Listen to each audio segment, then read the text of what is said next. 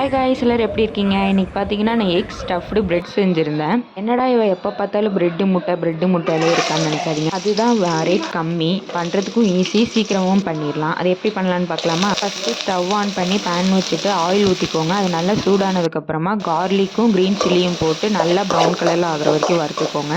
அதுக்கப்புறமா ஆனியனும் போட்டு கொஞ்சமாக உப்பும் போட்டு நல்லா வறுத்துக்கோங்க. அது நல்லா பிங்க் கலரில் வரணும், ரொம்ப வறுக்கக்கூடாது. அது நல்லா வதங்கினதுக்கப்புறமா 3 முட்டையை ஆல்ரெடி உடச்சி வச்சுருந்தேன், அதையும் இதில் ஊற்றிட்டு நல்லா மிக்ஸ் பண்ணிக்கோங்க. உப்பும் அதுக்கப்புறம் கொஞ்சோண்டு பெப்பரும் போட்டு நல்லா மிக்ஸ் பண்ணிக்கோங்க. அது எப்படி மிக்ஸ் ஆகணும்னா, நீங்கள் எப்படியே எடுத்து போடும்போது பொடி மாஸ் மாதிரி அப்படியே பொடி பொடியாக வரணும், அந்தளவுக்கு மிக்ஸ் ஆகணும்.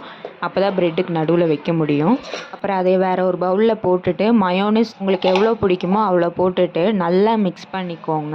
மயோனைஸ் அங்கங்கே இல்லாமல் எல்லாமே முட்டையோட மிக்ஸ் ஆகிடணும். நான் லைட்டாக சாப்பிட்டு பார்த்தேன், எனக்கு காரம் கம்மியாக இருந்த மாதிரி இருந்தது, அதனால் லைட்டாக மிளகாத்தூள் போட்டுக்கிட்டேன். மிளகாத்தூளையும் போட்டு நல்லா மிக்ஸ் பண்ணிக்கோங்க, இல்லைனா மிளகாத்தூளோட கடி வரும். அதை ஓரமாக வச்சுட்டு இன்னொரு பவுலில் ஒரு முட்டையும் கொஞ்சோண்டு உப்பும் போட்டு நல்லா பீட் பண்ணி எடுத்துக்கோங்க.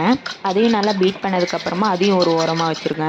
அப்புறம் இன்னொரு பிளேட் எடுத்துகிட்டு அதில் ப்ரெட்டு வச்சுட்டு ஆல்ரெடி ரெடி பண்ணி வச்சுருந்த ஸ்டஃபிங்கையும் வச்சுட்டு இன்னொரு ப்ரெட்டையும் வச்சு நல்லா ப்ரெஸ் பண்ணிக்கோங்க. அது வெளியே வராத மாதிரி நல்லா ப்ரெஸ் பண்ணிக்கோங்க. அது நல்லா ப்ரெஸ் பண்ணதுக்கப்புறமா அந்த ப்ரெட்டை எடுத்துகிட்டு எல்லா சைடுமே முட்டை வந்து நல்லா ஒட்டணும், அந்த மாதிரி எல்லா இடத்துலையும் நல்லா முக்கி எடுத்துக்கோ. அதுக்கப்புறமா ஸ்டவ்வில் இன்னொரு பேன் வச்சுட்டு ஆயில் ஊற்றி நல்லா சூடு பண்ணி வச்சுக்கோங்க. சூடு பண்ணதுக்கப்புறமா இந்த ப்ரெட்டை வந்து 4 சைடும் ஒரு 2 மினிட்ஸ் வந்து நல்லா வேக வச்சுக்கோங்க. இல்லைனா நீங்கள் திருப்பி போடும்போது அது ஓப்பன் ஆகி உள்ளே இருக்க ஸ்டஃபிங்லாம் வெளியே வந்துடும்.